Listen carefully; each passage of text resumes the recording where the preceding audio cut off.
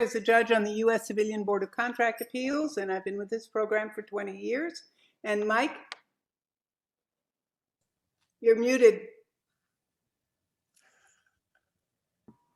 I'm Mike Miles from Birmingham, Alabama. We're glad to be with you because Marcy talks a lot nicer about us when we're here than she does when we're not. So we're really glad that we could join this point and have her talk real nice about us. Gosh, you look like you're ready for us. And I love that.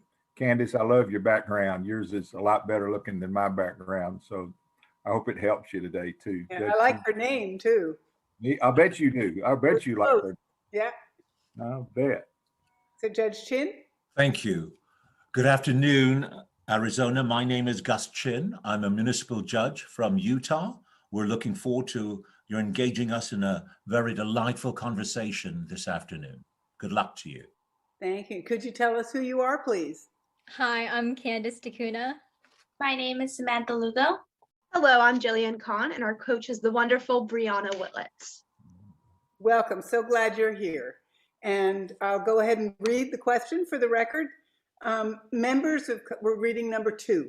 Going to question on number 2. Members of Unit 4, you're in Unit 4, right? Members of Congress are not only legislators, but they, quote, are also inquisitorial and should meet frequently to inspect the conduct of the public officers, end quote. How effectively do you believe Congress has used its investigatory power? Explain the differences, if any, between Congress's power to investigate and the power of oversight. Which power, in your opinion, is more significant? How effectively do you believe Congress has used its oversight powers? You may begin.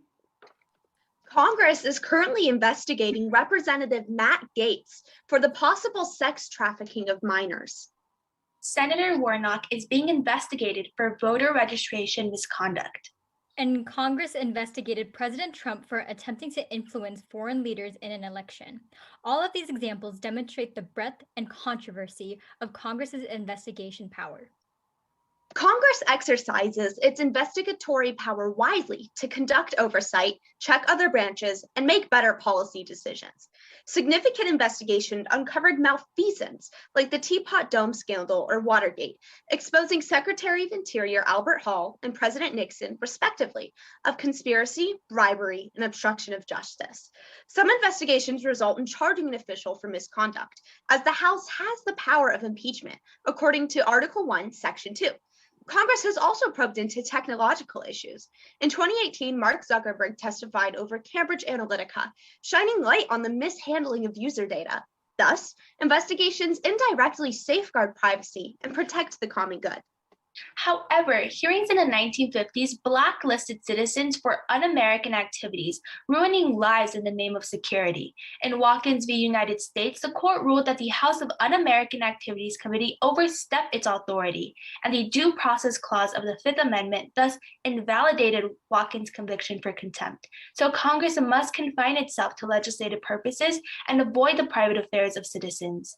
In the case Kilbourne v. Thompson, the court limited the scope of investigations, establishing the Kilbourne test to check if the House can compel testimony. In 1924, McGrain v. Daugherty concurred that the power of the Congress to conduct investigations is inherent to the legislative process. Founders like James Wilson believed that Congress must have the power to investigate. Article 1, Section 1 implies Congress can conduct inquiry and oversight. Oversight is a prerequisite and enabler of investigation. Neither power is more significant. The Legislative Reorganization Acts of 1946 and 1970 explain that such committees maintain continuous watchfulness of agencies, and the House is permitted to review and study the administration and execution of laws. Also, House Clause 2B1 of Rule 10 mandates that committees shall review and study on a continuing basis the application, administration, and execution of all laws within its legislative jurisdiction, so that such oversight can lead to further investigation if necessary. In the most recent impeachments of President Trump, Congress utilized the oversight and investigatory powers when acquitting him. Locke's second treatise describes the legislature as the most powerful branch, yet Federalist 51 states its authority is limited. Such inherent and implied legislative powers represent the people whilst ensuring a check on governmental abuse. Congress has used its powers effectively when overseeing federal agencies, as seen with the Reports Consolidation Act of 2000, which mandates that the Office of Inspector General recognize and disclose the most severe management and performance concerns within the agencies. However, due to hyperpartisanship, the legislature has underutilized oversight of the executive. Article 1, Section 9 allows Congress the power of the purse, yet the underuse of oversight allowed one political party's dominance in both the executive and legislative branches to pass the Tax Cut and Jobs Act of 2017, slashing the highest corporate income tax rate from 35 to 21%, taking the US rate below the norm. Congress uses its oversight powers to effectively uphold the principle of checks on governmental institutions, but lacks bipartisanship efficacy. Congress's power of oversight investigations ensure that the American people have the ability to uncover greed, corruption, and wrongdoing. Thank you. Excellent. That was good. Excellent. So I'll start off here. What powers, if any, has Congress ceded to the executive and judicial branches? So there's a lot of quasi-legislative and quasi-judicial powers that the executive has through a lot of executive-run administrations. So, for example, like a lot of the national security powers, we saw with Edward Snowden how they've been impeding on security, especially regarding privacy, but because they're almost run by the legislative and executive branches, because legislative has oversight, but the executive almost gives them the power, the legislative branch has given them that power to control those administrations and possibly overstep their power, as we saw with Edward Snowden. Furthermore, Congress has the power to declare war, but it has kind of extended that power to the president, whereby he can engage in foreign affairs with by invoking the commander-in-chief position that is stated in Article 2. Furthermore, the Authorization of Use of Military Force Act of 2001 enables the executive branch to send the military to specific regions with the purpose of combating the terrorism that caused 9/11. But the thing is, because the legislative passed that almost new War Powers Act, the executive branch continuously abuses it and uses it with the purpose of fighting terrorism, but in reality, it's not at all related to 9/11. They use it in countries where 9/11 wasn't even necessarily involved. When Congress cedes that power, the executive branch can sometimes abuse that power. Thank you. Judge? Thank you. You suggested in your remarks that Congress has effectively utilized the investigative and oversight powers to perform checks and balances.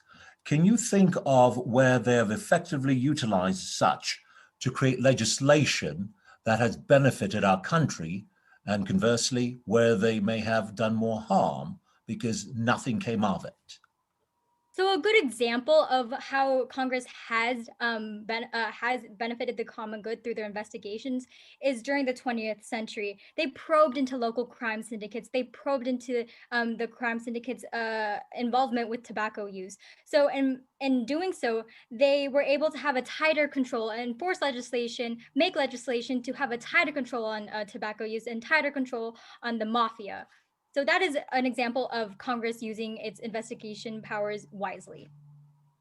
In 1947, Congress summoned many private citizens from Hollywood to probe into their life, asking them the question, have you ever been involved with the Communist Party? And specifically 10 of them refused to answer, pleading the fifth. And Congress held them in contempt of the Congress, absolutely abusing their power. And although it's been a very long time and we can see that it was wrong, Congress oftentimes plays that almost Hollywood perspective, trying to get those votes from their citizens by seeming all powerful and mighty. And we saw that with Cambridge Analytica as well. In reality, a lot of the Congress members didn't know enough about Facebook to ask Mark Zuckerberg about Facebook. It was more of a power play.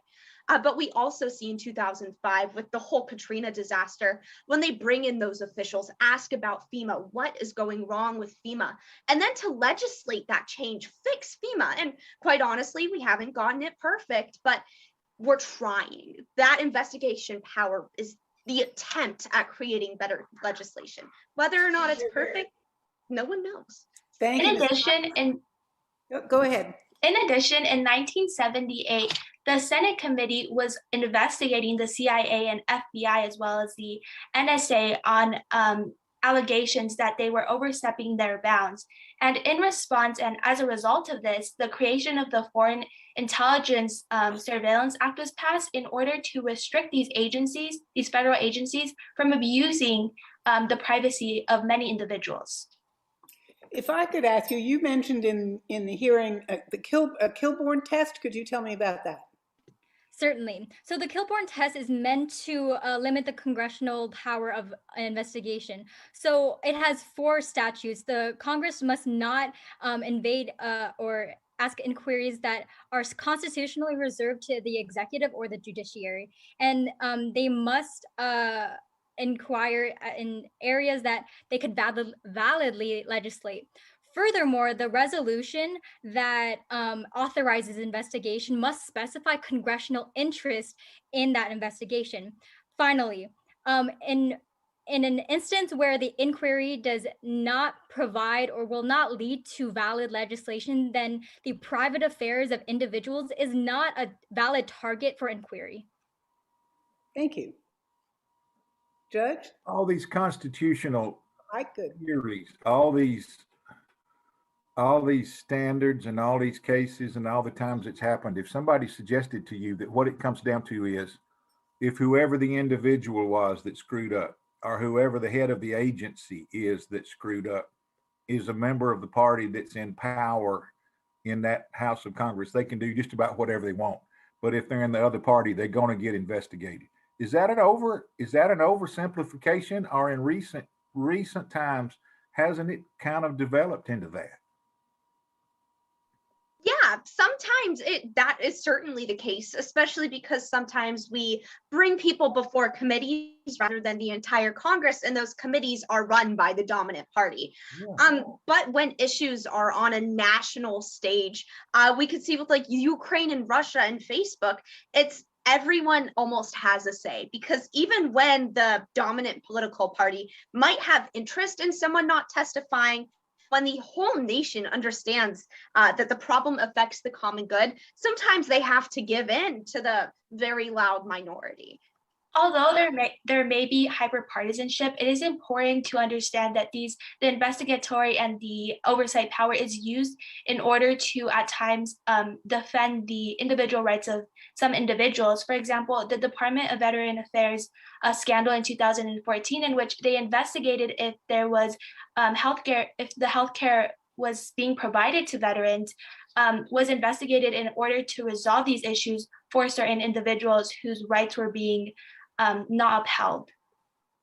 Is social media and the echo chambers of MSNBC and Fox and all these others, and especially social media, are we going to start saving a lot of money because character can be assassinated online rather than having to have time-consuming committees, or will these investigative committees still be needed? Investigatory committees will always be needed because social media oversimplifies everything. Whereas committees review hundreds of papers evaluating the character, the motivations, the future and past of a person, social media publishes things in 20-word texts. And because the people who are texting on social media aren't running the entire government. We don't see Congress members only legislating through 20-word tweets. We see them legislating through those closed chambers. Because the majority of the government isn't as influenced by Twitter, they still need that inherent investigatory and oversight power to ensure the common good. Speaking of the surprise that you're giving of the immediacy of Twitter and Facebook and everything, you just mentioned in your opening statement that Matt Gaetz and Marjorie Taylor Greene and Senator Warnock were being investigated now. I've not heard that. Is that something that's just come out today? Because I just got a notice going across the top of my computer that Nancy Pelosi is reacting to something about Warnock. Can you tell us what that was about? Why you referenced Senator Warnock? So Senator Warnock's under investigation for those voter election calls that he abused some power, or that they didn't necessarily register voters the correct way, thus possibly violating some Georgia laws. However, it's a huge question, and that's the reason that they're investigating it. And that is a little bit of a reason why social media, one, creates wildfires when it comes to information, but two, brings issues to the national government. When there's something so widespread that everyone is questioning it, like what is happening, then the federal government can take it up. With Representative Matt Gaetz, again, that's spread through social media. Every time you log on to Instagram, Twitter, Facebook, you see that. The federal government hears those echoes from citizens. It is a way for people to become involved in social media as well as politics. And that is time. Well done. Excellent job, ladies. And the judges will now give you their feedback. Okay, Judge Chin, you want to start? Lovely, thank you. Nice job with your opening remarks, starting with something so current and showing that you have an understanding of what's happening in the social media context, because like Judge Steele, I had not been aware of this issue with Senator Warnock, but certainly it does demonstrate the power of social media, especially for your generation, more than for our generation as well, and its influence. You also mentioned in support the effectiveness of the oversight and the investigatory powers, indicating that neither are more significant. However, your follow-up responses seem to suggest the investigative power is much more relevant and significant by virtue of what has been accomplished or what harm has been caused, because it's through that process that they've either benefited or harmed their image. I do appreciate the fact that you were scholarly enough and lawyerly enough to address the Kilbourne test, because I have that circled as well. What are the elements of the Kilbourne test, which is typically what we as judges would like to know, to be educated on something that we're not immediately familiar with. So very good job, very well done, and good luck with your careers. And I hope that as you explore your careers, that you continue to be civically engaged and make a difference, because you will be the change makers for our future. Thank you. Good luck to you. I think I'm gonna have a fundraiser and buy that time card from Marcy, because I've never wanted the hearing to go on a little bit longer than I have just now.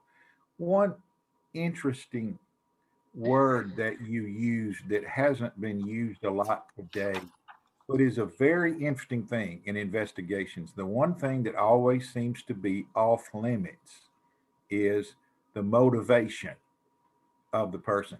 Everybody knew that Ted Cruz was screwing up the confirmation in the Senate because he wants to run for president in 4 years, maybe against Kamala Harris, and inherit the Trump vote. So he screwed things up, and people criticized him about going to Cancun and criticized him about, making the senator stay there all night, but nobody would say out loud, it's because you want to run for president. And that can happen on either side of the aisle. It's amazing. It's interesting. I'm just making an observation. It's interesting to me how motivation spoken out loud seems to be off limits in all these things, but it explains everything. In some things, it's follow the money. In other investigations, it's what motivated William Barr to run the Justice Department the way he did, as opposed to the way Merrick Garland may run it. There was motivation involved in anything they do. Yeah. And you did that. I'm going to save Judge Steele some time by just saying this last thing. I don't think I've ever said this before. I don't remember ever in my whole life when I wanted to adopt an entire panel, bring them home to live with my folks. But I'm not going to, because I got to tell you, you're a whole lot better off with Brianna. you would be in Alabama. Just stay where you are and continue to prosper, and I'll follow your progress. You were great today. Thank you very much. Did a lovely job. Thank you so much. I think you, as everybody said, you're going to have wonderful careers and you're going to be fabulous citizens. And I'm looking forward to hearing about how you've done. I particularly appreciated your bringing up national security powers. I wish we'd had more time to talk more about what your connection, what your feeling was about Snowden. And you just did a really superb job. Thank you so much. It was a real pleasure to talk with you. Thank you. Thank you. Thank you so much. Thank you. Thank you again. Thank you, ladies, and thank you to your teacher.